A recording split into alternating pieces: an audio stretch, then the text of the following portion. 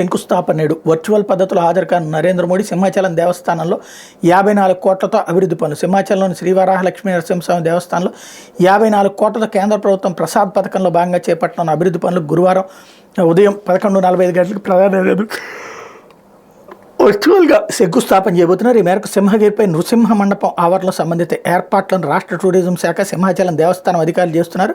సింహగిరిపై 27 కోట్లతోనూ కొండ దిగువన 14 కోట్లతో అభివృద్ధి పనులు జరగనున్నాయి. 3 కోట్లతో లైటింగ్ ఏర్పాటు చేయబోతున్నారు. టూరిజం శాఖ ఆధ్వర్యంలో ఈ పనులు జరగబోతున్నాయి అన్నటువంటి వార్తని హైలైట్ చేశారు. ఇది మోడీ ఆంధ్రప్రదేశ్కి ఇస్తున్నటువంటి గిఫ్ట్. 54 కోట్లు ఏకంగా సింహాచలం టెంపుల్కి కేంద్రం నుండి నిధులు వస్తున్నాయి. లేకపోతే ఆంధ్రజ్యోతి జనసేన సీట్లు ఖరారు, చంద్రబాబుతో పవన్ భేటీ, గంటన్నర పాటు చర్చలు. విశాఖలో 4, తూర్పున 5, పశ్చిమలో 6, కృష్ణాలో 2, శ్రీకాకుళం, విజయనగరం, గుంటూరులో 1, ప్రకాశం, అనంత, చిత్తూరు, కడపల్లో కూడా పెందుర్తి, అమలాపురంపై కొనసాగుతున్న కసరత్తు. టీడీపీ ఆశావాహులను పిలిపించి మాట్లాడుతున్న అచ్చెన్న జనసేన అభ్యర్థులు గెలిపించాలని వినతి.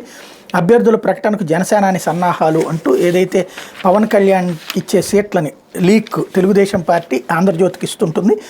వీళ్ళ లెక్క ప్రకారం శ్రీకాకుళం జిల్లా పాలకొండ, విజయనగరం నెల్లిమర్ల, విశాఖపట్నం విశాఖ దక్షిణ, పెందుర్తి ఆర్ మాడుగుల, అనకాపల్లి, యలమంచిలి, తూర్పుగోదావరి జిల్లా Kakinada rural, Razole SC, Rajanagaram, Amalapuram R P Gannavaram, Pithapuram, పశ్చిమ గోదావరి, భీమవరం, నరసాపురం, తాడేపల్లిగూడెం, ఉంగుటూరు, నిడదవోలు, పోలవరం ఎస్టీ, కృష్ణా జిల్లాలో విజయవాడ పశ్చిమ, అవనిగడ్డ, గుంటూరులో తెనాలి, ప్రకాశంలో దర్శి, చిత్తూరులో తిరుపతి, అనంతపురం జిల్లాలో అనంతపురం, కడపలో రైల్వే కోడూరు వీళ్ళకి ఇస్తున్నారన్నటువంటి వార్తని ప్రధానంగా హైలైట్ చేసినటువంటి పరిస్థితి. ఇకపోతే